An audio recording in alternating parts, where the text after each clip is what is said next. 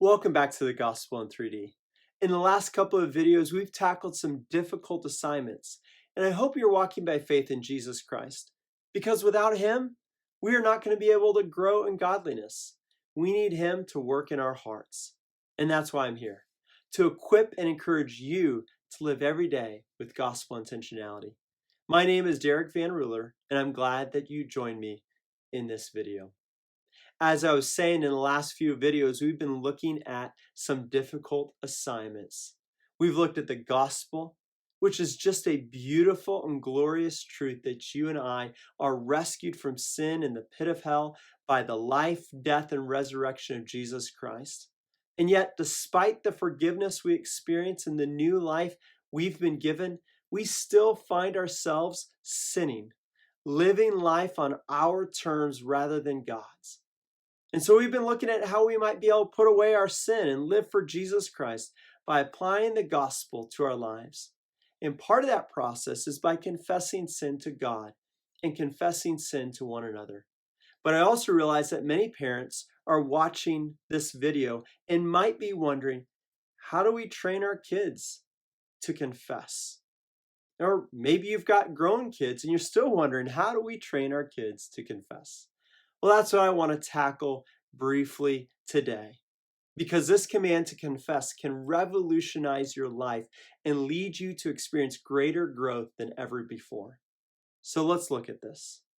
The first and primary way to train your child in confession is simply by modeling confession to them.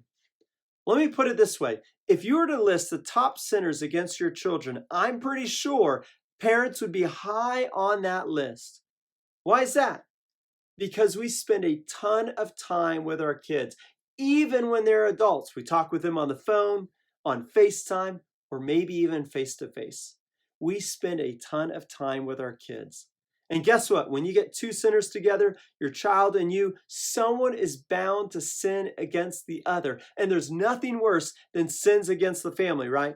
That has the ability to put a wedge between family members for years or even decades. And we don't want that to happen, do we? So the first step in training your kids in confession is that when you sin, you own it and confess it. I don't care how old your child is, 5 months or 50 years. When you sin against your child, pause and first confess that sin to the Lord and ask Him for forgiveness.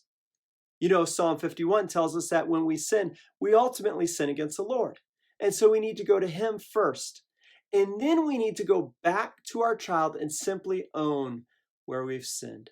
Simply talk with them and apologize for where we have sinned against them, and then ask them for their forgiveness. Again, we've got to ask them for forgiveness and not assume it.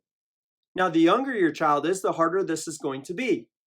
We will immediately want to tell them why we've sinned against them or how they've led us to that sin. Refrain from that. Don't go down that road. That makes your confession disingenuous, and you end up teaching your children to confess in the same manner. No, instead confess, ask for forgiveness, and move on restoring the relationship. And thank them for their forgiveness. Moreover, for those of us with little kids, we will have to train in even greater ways. The way you do this is by walking them through the steps of confession.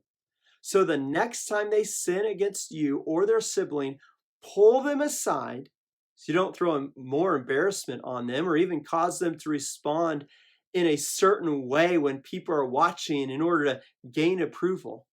No, you want them to be honest in this process. So pull them aside and ask them what they did wrong. And talk about how this was wrong against daddy or mommy or sister or brother, and how it is ultimately wrong against God. Ask them what happens when we do wrong against God. We should deserve hell. Don't be afraid to talk with your kids about hell. They need to know from a young age that their actions deserve eternal punishment. It's true, and it will help curb sin in the future. And then talk with them about how Jesus died for that sin. Jesus rose from the dead and gives us forgiveness if we believe in Him.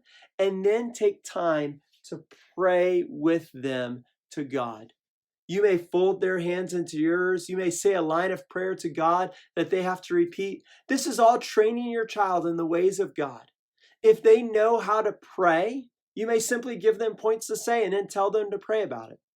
At this stage, you'll want them to do this with you so you can help correct any errors or misunderstandings they may have. And then when you're done praying, encourage them about how good it was to confess to God and how you're proud of them for taking that step. But they're not done. Walk them over to the offended party, or if you're the one they sinned against, talk with them about what they did wrong and teach them to tell the person they sinned against what they did and then ask for forgiveness. So you might say, Johnny, tell mom what you did.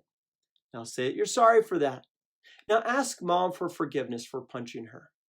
And then give your child a hug at the end. This all communicates to the child that they have done what is good and godly.